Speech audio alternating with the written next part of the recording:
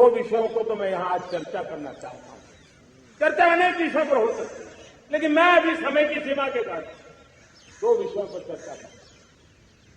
और मैं मानता हूं हमारे इन सारी चुनौतियों के कारण, विकृतियों के कारण, बीमारियों के कारण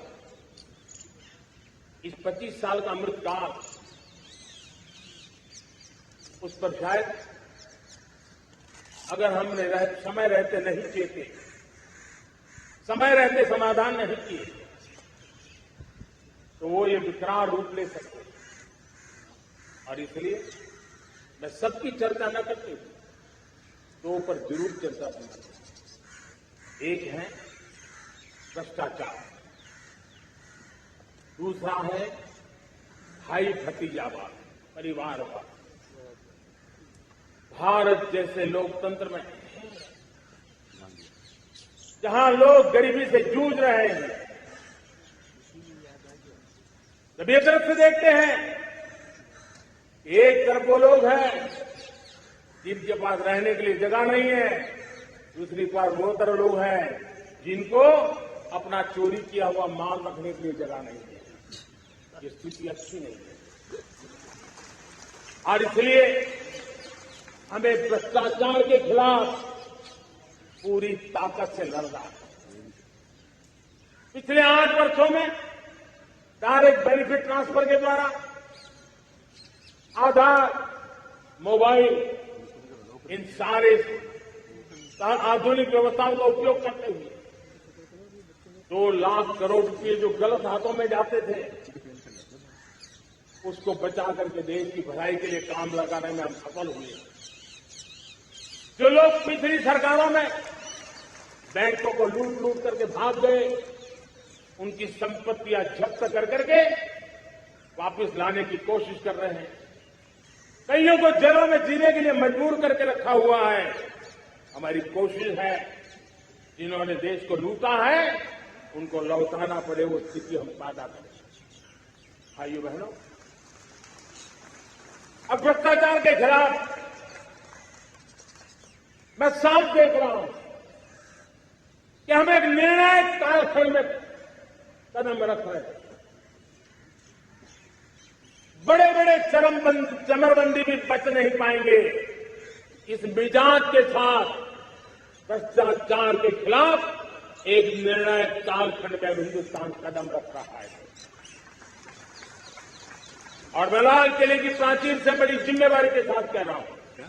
और इसलिए भाइयों बहनों, भ्रष्टाचार दीमक की तरह देश को खोखला कर रहा है।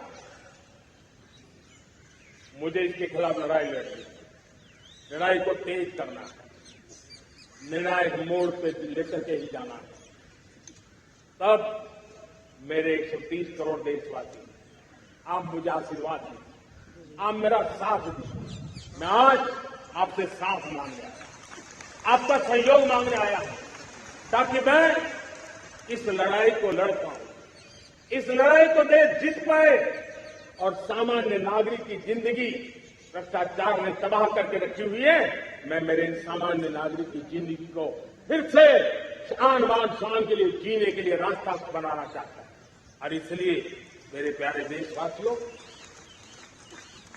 ये चिंता का विषय है कि आज देश में भ्रष्टाचार के प्रति नफरत तो दिखती है, व्यक्त भी होती है, लेकिन कभी कभी भ्रष्टाचारियों के प्रति उदारता बरती जाती है। किसी भी देश में ये शोभा नहीं देगा। और कई लोग तो इतनी बेशर्मी तक चले जाते हैं कि कोर्ट में सजा हो चुकी हो, भ्रष्टाचारी सिद्ध हो चुका हो, जेल जाना तय हो चुका हो, जेल गुजार रहे हो, उसके बावजूद भी उनका महिमा मंडन करने में लगे रहते हैं, उनकी शान शौकत में लगे रहते हैं, उनकी प्रतिष्ठा बनाने में लगे रहते हैं। अगर जब तक समाज में गंदगी के प्रति नफरत नहीं होती है, स्वच्छता की चेतना जगती नहीं है। जब तक भ्रष्टाचार और भ्रष्टाचारी के प्रति नफरत का भाव पैदा नहीं होता है, सामाजिक रूप से उसको नीचा देखने के लिए मजबूर नहीं करते, तब तक की मानसिकता खत्म होने वाली है। और इसलिए भ्रष्टाचार के प्रति भी और भ्रष्टाचारियों के प्रति भी हमें बहुत जागरूक होने की जरूरत है। दूसरी एक चर्चा मैं करना चाहता हूं, भाई भतीजावाद। और जब मैं भाई भतीजावाद, परिवारवाद की बात करता हूं तो लोगों को लगता है मैं सिर्फ राजनीतिक क्षेत्र की बात करता हूं। जी नहीं, दुर्भाग्य से राजनीतिक क्षेत्र की उस बुराई ने हिंदुस्तान की हर संस्थाओं में परिवारवाद को पोषित कर दिया है। परिवारवाद हमारी अनेक संस्थाओं को अपने में लपेटे हुए है और उसके कारण मेरे देश की टैलेंट को नुकसान होता है, मेरे देश के सामर्थ्य को नुकसान होता है।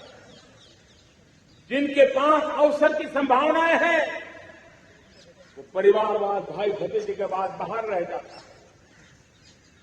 भ्रष्टाचार का भी कारण ये भी एक बन जाता है ताकि उसका कोई भाई भतीजे के कार्य आसरा नहीं है तो लगता है चलो भाई कहीं से खरीद करके के जगह बना लो।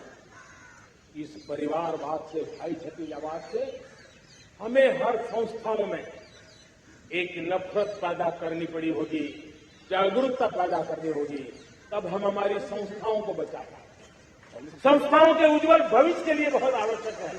उसी प्रकार से राजनीति में भी परिवारवाद ने देश के सामर्थ्य को सबसे ज्यादा अन्याय किया है। परिवारवादी राजनीति परिवार की भलाई के लिए होती है, उसको देश की भलाई से कोई लेना देना नहीं होता। और इसलिए लाल किले की प्राचीर से तिरंगे झंडे के आन बान शान के नीचे भारत के संविधान का स्मरण करते हुए मैं देशवासियों को खुले मन से कहना चाहता हूं, आइए हिंदुस्तान के राजनीति के शुद्धिकरण के लिए भी, हिंदुस्तान की सभी संस्थाओं के शुद्धिकरण के लिए भी हमें देश को इस परिवारवादी मानसिकता से मुक्ति दिला करके योग्यता के आधार पर देश को आगे ले जाने की ओर बढ़ना होगा।